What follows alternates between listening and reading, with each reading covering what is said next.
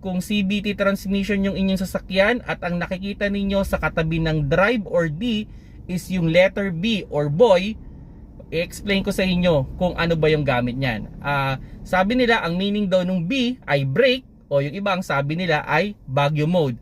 So ideal siyang gamitin kung sakaling kayo ay aahon sa sobrang tarik na kalsada or kayo ay bababa sa sobrang pababang kalsada. So ang pinaka-idea niyan, yan yung pinaka-low gear ng inyong automatic na kotse. O kung i-relate natin sa manual transmission, yan yung first gear ng ating automatic na kotse. Okay? So ang pag ginamit nyo yan, ang mapapansin ninyo, malakas yung arangkada ninyo pero ang bagal tumakbo. Kasi nga, para siyang naka first gear. So sa paahon na kalsada, pwede nyo siyang gamitin para hindi mabitin yung inyong sasakyan. Sa pababang kalsada, pwede nyo rin siyang gamitin para hindi kayo preno ng preno. Kumbaga nagkakaroon siya ng engine brake. Kasi ganito ang problema with automatic, nakabase yan sa speed, nakabase yan dun sa ating RPM para mag-shift ng gear.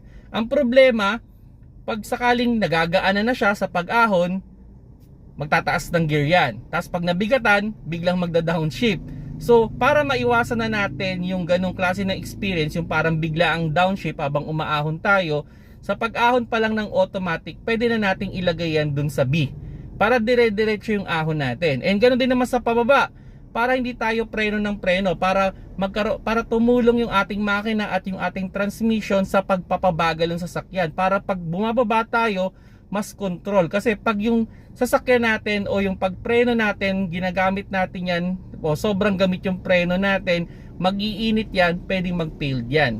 So mas maganda pag-aralin ninyong gamitin yung tinatawag natin na engine brake nga. So sa automatic, pwede nyong gamitin yon o pwede nyong magawa yon pag nilagay ninyo sa B.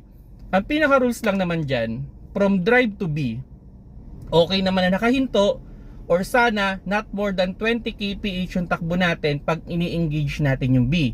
Pero kung sakaling from B to drive on any speed, wala na tayong problema.